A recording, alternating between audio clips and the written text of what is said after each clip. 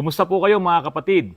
Merong isang pyesa sa sasakyan natin, mapa diesel or gasoline engine ng inyong makina. Itong pyesa na to, kapag ito ay nagkaproblema, pwedeng palyado ang inyong sasakyan, pwedeng malakas kayo sa fuel, maitim ang usok, pwedeng ititirik kayo niyan, mag-overheat, meron kayong makikitang check engine at mayroong misfire. So, marami yung mga problema na yon dahil lang sa isang maliit na pyesa na katulad nito. Ito nga yung electronic coolant temperature sensor. Pero mga kapatid, baka isipin nyo, pang mekaniko lang tong vlog ko ngayon. Hindi po. Dapat alam nyo po ito mga kapatid dahil baka nga mamaya ito lang yung problema, hindi ma-diagnose ng tama ng technician, ng mekaniko, ang dami nang ipapabili sa inyo. Kasi tignan mo nanginginig, palyado, o baka mamaya pabiling ka ng 4 na spark plugs. Nanginginig, palyado, baka naman mamaya pabiling ka pa ng mga ignition coil. Kasi baka wala silang scanner, so mag-aalatsamba yan. So mga kapatid, maraming pwedeng ipabili sa'yo, tulad yung mga oxygen sensor na yan, may mga problemang ganyan, ito lang naman pala yung sira. Kaya ang importante mga kapatid, malaman nyo paano po ba nagtatrabaho itong electronic coolant temperature sensor. Napakaliit na pyesa, hindi naman kamahalan. Ang mga original na parts na ganito, halimbawa tulad nito, galing to sa Mitsubishi. Ang original niya around 1,700, pero merong replacement, mura. Huwag kayong bibili ng replacement nito. Baka mamaya ang makuha mong replacement galing sa China. Hindi ko talaga nire-recommend yan. Ngayon, kung ang replacement na makukuha mo ay mahinang klase, ito ay nakababad sa mainit na coolant. Yun ang ginigauge niya. Yun ang minimetro niya. So habang ito ay nakababad doon sa coolant na yon, kailangan malaman niya kung ang engine mo ba ay mainit na or malamig pa. Pero bago po yun mga kapatid, kaya ako po tinakil itong vlog na to, meron po kasing nagpagawa sa atin na ang dami na niyang napalitan doon sa kanyang kotse, gasoline po ang dami niya napalitan, palit na siya ng spark plugs, palit na siya ng mga high tension wires, nagpalit na rin ng distributor. Mga kapatid, ignition coil, nagpalit na rin. Ang dami niyang pinalitan, wala pa rin nangyari. Kapag ka umaga, malamig yung engine, palyado na siya, tapos pag ginamit na niya, maitim ang usok, mabaho yung amoy ng tambutso niya. So, hindi nadali. Pero ito po yung naging problema, pinalitan natin, ngayon wala na siyang problema. Tapos na yung problema. So, doon sa pagkakataon na yon, nagkaroon ng lapses, nagkaroon ng pagkukulang yung mekaniko. Pero merong iba naman, alam nila na ito yung sira, at dahil sa ito'y mura lang, dahil sa ito'y madali lang, tatanggalin mo lang ng liabi mo, isasaksak mo yung bago, ikabit mo yung socket nito, tapos na, wala ka ng problema. So kung ganun lang, magkano kikitain? So maliit lang. Kaya itong mga ganito, nagagawan to ng hocus-pocus ng ibang mga technician.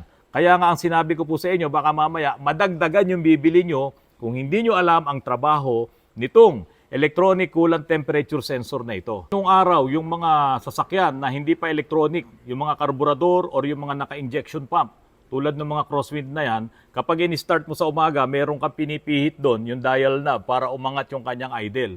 Sa ibang mga sasakyan, ganun din. Sa mga digasolina, ganun din. Minsan may hinihila ka para umangat yung idle.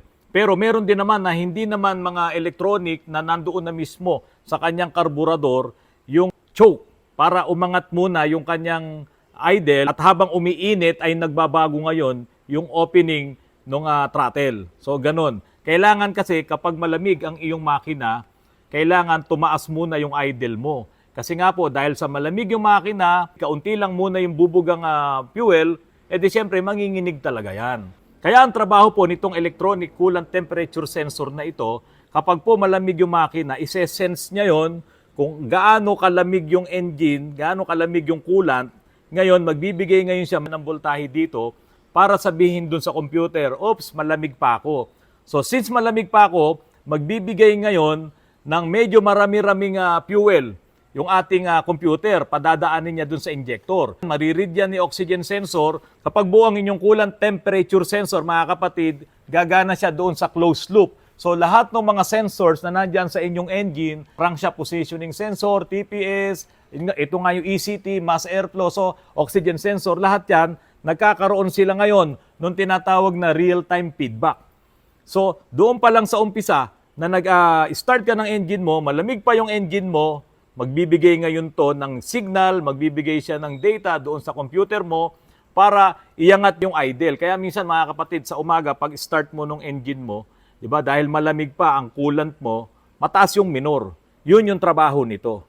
Yung computer mo para habaan niya yung dead time. Yung dead time, yung oras ng buga ng injector mo, maiksi lang yun. So, ganun-ganun lang yun. Parang ganun. Parang ito, yung mga dotted line na yan.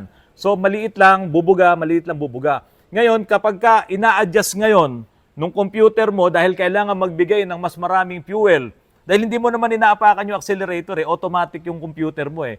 So, hindi ka nakaapak sa accelerator. So, ang mangyayari doon, yung injector dead time mo, hinahabaan niya. Yung segundo, milliseconds lang yun, hinahabaan niya. Kaya madami yung nilalabas. Kasi mahaba siyang yung panahon na bumubukas yung mga injector natin. Kaya dumadami yung fuel. So pag dumami ngayon yung fuel, lalakas ngayon yung combustion sa loob or yung fire.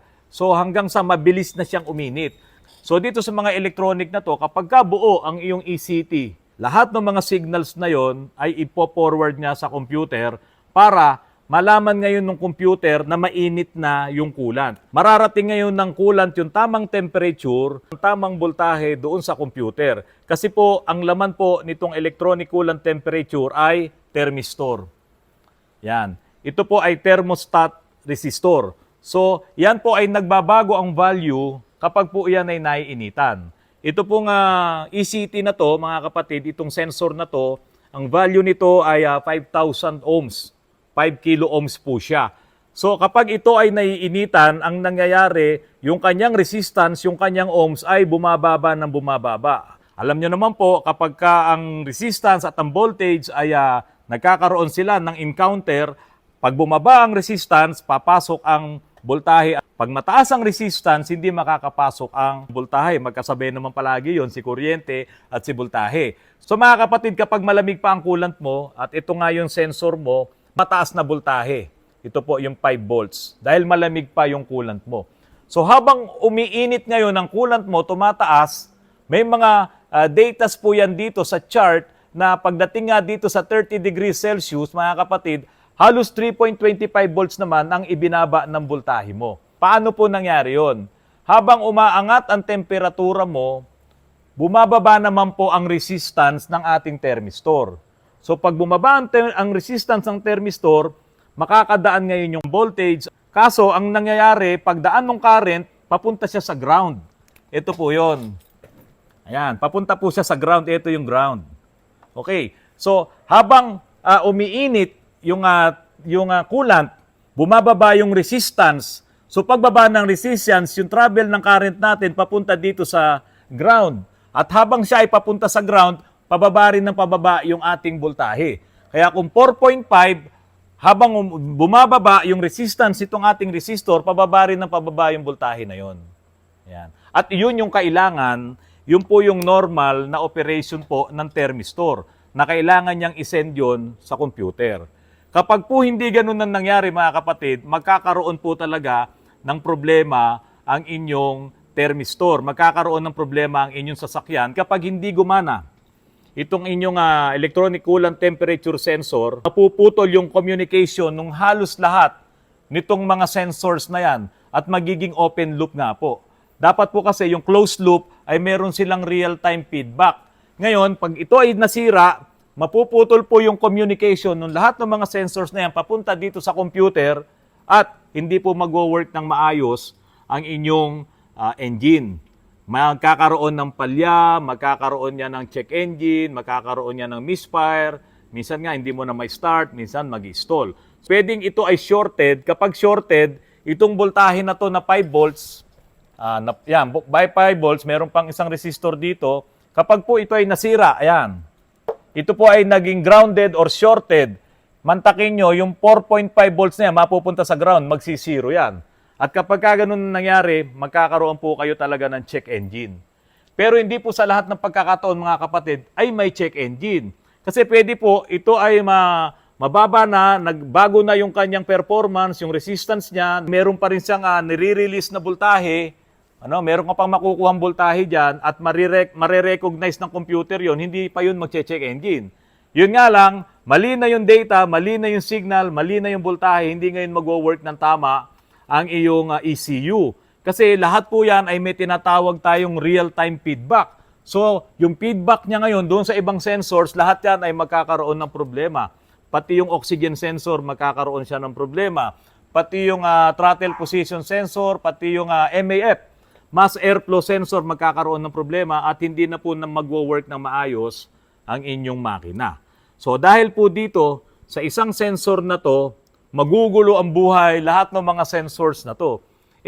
Mga kapatid, ito makikita mo to malapit lang to doon sa doon sa pinaka thermostat valve ng sasakyan mo. May socket 'yan, tapos may dalawang wire na nakapasok diyan. At yun nga yung magbibigay ng information kung malamig pa or mainit na ang inyong engine. Ngayon mga kapatid, ganito Halimbawa, sira ito at hindi na nga ito gumagana. Tapos na-maintain ngayon yung 4.5 volts na nandun, hindi siya bumababa. Kasi dapat mga kapatid, pag nagbago yung resistance nito, pababa ng pababa yun. Kaya dito sa graph natin, pagdating niya sa 90 degrees Celsius, mga kapatid, ang voltahe na lang niya dapat ay 0.5 na lang. Ayan, 0.5 volts na lang. Ngayon, kung nandoon na siya sa 90 degrees Celsius at 5 volts pa rin, ang sasabihin niya sa computer, malamig pa ako. Pero sa totoo lang, 90 degrees Celsius ka na, mainit na yon. So ang mangyayari, mainit na yung engine mo, nagbibigay pa ngayon ng maraming fuel ang iyong injector. Ang akala ng iyong computer ay nandoon ka pa sa cold start, sa cold state. So dahil nga ang ibinibigay na detail or data nitong iyong ECT, ang sinasabi niya ay malamig pa pero sa totoo lang mainit na. So, diyan ngayon magkakaroon ng problema, mawawala ngayon ng communication dito, mag-open loop kasi sira po itong inyong sensor. At pagdating ng problema na yon, pagpunta mo sa shop, papalitan ng spark plug, papalitan ng kung ano-ano dito, kasi ang akala nila, marami po ang nakakaalam dito ay para lang to doon sa thermostat, doon sa temperature na nakikita mo sa gauge. Magkahiwalay po yun, iba po ito. Meron pong hiwalay na thermostat switch at meron din pong hiwalay na katulad nitong electronic coolant temperature sensor. Ito ay para doon sa ECU para malaman kung malamig pa ba ang makina mo or kung mainit na. So bawat bahagdan, bawat stage ng mga voltahe na to, may kanya-kanyang injector dead time yan. Kung medyo malamig pa talaga ang iyong makina, mahaba yung injector dead time. So, magdadagdag ng fuel. Ngayon, kung mainit ka na talaga, mababawasan na yung injector dead time, nandoon ka na sa pinaka-standard mo at kaunti na lang yung fuel na binibigay doon sa idle. Pero kapag inaapakan mo accelerator mo, syempre, kung gaano ka yung normal na bigay ng fuel, yun na yung mangyayari, mga kapatid. Kaya po, hindi po pwedeng ang inyong electronic coolant temperature sensor ay sira. Ngayon, kung ito naman ay grounded, talagang makikita mo yan, iilaw po talaga ang iyong check engine. So mga kapatid, napaka-importante po na alam nyo to. Kasi kahit kayo, pwede nyo itong i-DIY. Simpleng-simple. Isang 17 lyabe lang po ang gagamitin mo dito. Tatanggalin mo, hindi naman ito mahirap tanggalin kung ito talaga ay defective. Ngayon, kung gusto nyo po talaga nagdi-DIY, mga kapatid, pagka halimbawa gusto nyo itong tanggalin, gusto nyo sukatin, kuha lang kayo ng ohmmeter. Ito naman, pag sinukat nyo, kapag ganitong nasa ambient tayo, yung temperatura natin, talagang ang makukuha mo halos dito ay 1.5 ohms. Ang makukuha mo, 1.5 kilo ohms. Ayan, 1.5 kilo ohms. Makukuha mo yon. Kasi yung 1.5 kilo ohms na yon, doon sa graph, na standard na kung ano yung katapat nitong resistance at katapat nitong init, temperatura, ito yung ambient temperature natin na to, kung ilan ba ngayon, mga 30. So, ganun din yung makukuha mong resistance. Ngayon, lagay mo to sa freezer, kapatid, pag nagyelo yung dulo nito, makukuha mo yung almost 4.5 K ohms, 4.5 K ohms. Ngayon, kung ito naman ay mainit na mainit, lagay mo sa mainit na tubig, kumukulong tubig at naabot niya yung 100 degrees Celsius, mga kapatid, magsi-0 ohms to. So, ganun gumagana itong electronic coolant temperature sensor. Ngayon, kung doon, habang ginagawa mo yung pagtetest ay hindi gumagana yung ohmmeter mo, sira na to. Pwedeng open at hindi po dapat 0. Magiging 0 lang to, mga kapatid, kapag po ito ay talagang inilublob mo sa mainit na tubig. Kasi po, yung 110 degrees Celsius, mga kapatid, almost zero na yung reading mo sa resistance. Halos gano'n na. Kapag gumagana yon, o wala kang problema, buo ito. Ngayon, hindi sa lahat ng pagkakataon, ito yung may problema, pwedeng yung wiring din. Pwedeng kinain na mabait, nginat-ngat na mabait, pwedeng naputol, o sa katagalan, nagkaroon ng loose contact doon sa pinakasakit, yung nakaipit, yung nakakrimp doon sa mga wires mo, pwedeng gano'n na maging problema. Halimbawa, yung sasakyan mo, dati namang maayos ang minor, tapos biglang pumalya-palya. Kapapalinis mo lang nung throttle mo, nung throttle body. Tapos okay naman, malinis naman lahat. Nagpalit ka na ng mga spark plug mo, nagpalit ka na ng mga ignition coil mo, hindi mo napalitan to. Pwedeng ito yung culprits. Kaya nga po dito, the ECT sensor is also used an important input of the following. Sabi po dito, idle air control, position, oxygen sensor, closed loop status. Yung closed loop, ibig sabihin, talaga nagtatrabaho ng maayos ng oxygen sensor. Ito po, nagpipid po ito ng information, ng data doon sa oxygen sensor. At canister parts, on-off times, at yung idle speed, yung minor mo nga. Kapag po ito ay sira, magloloko ang idle speed mo, magloloko ang minor mo. Sa kabila ng lahat ay napalitan mo na. So yun mga kapatid, maliit na pyesa, hindi naman kamahalan, nagre-range ang original na parts, no? Yung OEM, genuine original, mga 1,500, 1,700, bilhin mo na yung original. Huwag kang bibili ng replacement. Lalong-lalo na kung diyan mo makukuha sa online kasi hindi mo alam kung talagang original yon. So pagdating sa mga ganitong pyesa, mag-rely ka sa original. Kung 1,700 lang naman sa mga trusted na mga auto supply o kaya sa kasa, doon ka na pumunta. Ikaw na ang magsadya doon, palitan mo kung matagal na rin naman ang sasakyan mo. Bro, palitan mo to kung 10 taon na o 5 taon na, magkano lang naman to. Palitan mo, bumili ka ng original na parts, palitan mo para lagi kang hindi kakabahan na baka pag bumigay ito, ayan na, mamamalya, maitim ang usok, pwede ka pang tumirik, pwede ka mag-overheat mga kapatid, kasi yung signal nito pwedeng papunta din dun sa cooling system. Pag sinabi niya malamig pa ako, edi siyempre hindi gagana yung auxiliary fan mo, yung radiator fan mo. Although meron siyang hiwalay na sensor doon sa thermostat switch, meron siyang hiwalay, pero may mga design na kasama rin to, lalong-lalo na yung mga matitindi, yung mga electronics, yung mga modules na ginagamit doon. Pwedeng ito ay mag-cause din ng overheating kung ito ay sira na. So, misfire, nagkakaroon din yan kasi nga po, dumadami yung buga ng fuel, mainit na siya, dapat kaunti na lang. Sumosobra yung dami ng buga ng fuel. So mga kapatid, kung ito ay sira, hindi ngayon mag-a-adjust yung timing mo. Kapag malamig pa ang engine mo, ang mangyayari, magbubuga nga ng fuel, yung injectors mo galing dun sa ECU dahil malamig pa, dahil sabi nito malamig pa, ngayon, i-adjust din ng ECU yung timing mo. Magkakasabay yun. Kasi kailangan ma-adjust yun dahil nagbigay ng maraming fuel para hindi magkaroon ng misfire. Yun pala, sira naman to. So, mainit na, yung makina mo, mainit na yung loob ng combustion, nagbigay ka ng maraming fuel, sandamakmak na misfire na yan. Magkakaroon ng mga fuel knocks. So, isa rin po sa palatandaan, yung hindi mo makontrol-control yung misfire na yan at hindi rin kaya nung knock sensor. Kapag po kasi may knock sensor ka, ang akala nyo, mape-prevent niya na yung misfire. Hindi po, paano kung sira nga ito? So, hindi rin yan kaya ng knock sensor. Kaya nga magkakaroon ng open loop. Even si knock sensor, hindi siya makakapagtrabaho ng maayos kapag ka nasira po itong electronic coolant temperature sensor. So, simpleng pyesa, mumurahin, huwag kang bibili ng replacement. Mga kapatid, kaya mong i-DIY yan. Kung meron kang kaunting gamit, palitan mo, wala namang mawawala. Kaysa bumili ka ng daming mga pyesa na hindi naman sira, itry mo to. Lalong-lalo na kung medyo luma na rin naman yung sasakyan mo, kung 3 taon, 4 na taon, 5 taon, kailangan naman, deserve na nung engine mo na magkaroon siya ng panibagong coolant temperature sensor. Mga bagong mekaniko, kung wala kayo ng tester, huwag kayong gagamit ng test light kasi mga kapatid, 5 volts, 4.5 volts, papunta na yan sa ECU Huwag kang gagamit ng test light tapos yung isang side nasa negative. Tapos tutusukin mo ng test light yan. Delikado po yon. So digital tester, ohmmeter, voltmeter ang gagamitin mo. Kapag isusi mo pa lang yung engine mo kahit hindi mo pa start, nandun pa lang sa ignition on, kunin mo, tutukan mo yung isang wire dito, yung isa naman dito ay more ground, yung isa ay hot, yung signal, dapat may makuha ka doon at least 5 volts or 4.5 volts sa ignition on. Pag wala kang nakuha, pwedeng ang problema mo ngayon yung papunta doon mismo sa circuit. No, pwedeng putol ang wire or papunta doon sa circuit, doon sa socket, may natanggal, may nabunot. So hindi laging ito ang may problema.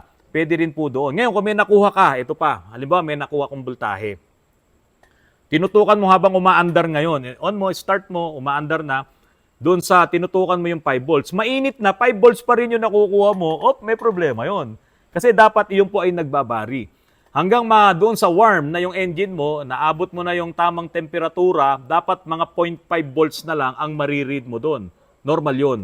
Dapat ma-read mo yung 0.5 volts. Ngayon, mainit na, nakakakuha ka pa ng mas mataas sa 0.5, halimbawa 1.25, 1.5, may problema rin ang iyong electronic coolant temperature sensor. So, hindi magkakaroon ng magandang epekto kapag ang electronic coolant temperature mo ay may problema. Mga kapatid, maraming salamat po. Magandang gabi po sa inyong lahat.